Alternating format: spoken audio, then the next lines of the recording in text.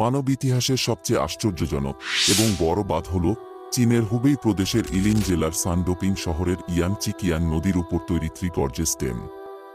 এটা 2003-এ তৈরি করা হয় এবং এটা বানাতে 32 বিলিয়ন বা 3200 কোটি মার্কিন ডলার খরচ হয়। বাঁধটি 3.2 কিলোমিটার দৈর্ঘ্য ও 600 ফিট উচ্চতার এক দানবীয় দেয়াল।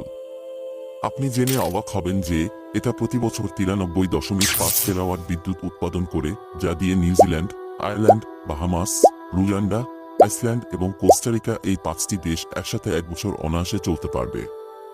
এটা বানাতে 18 বছর সময় লাগে এবং 5,10,000 টন লোহা ব্যবহৃত হয়, যা 63টি আইফেল টাওয়ারের সমান। আরও আশ্চর্যের ব্যাপার হলো এ বাঁধটি তৈরির ফলে পৃথিবীর গতি 0.6 মিলিসেকেন্ড কমে গেছে, মানে দিন কিছুটা লম্বা হয়ে গেছে।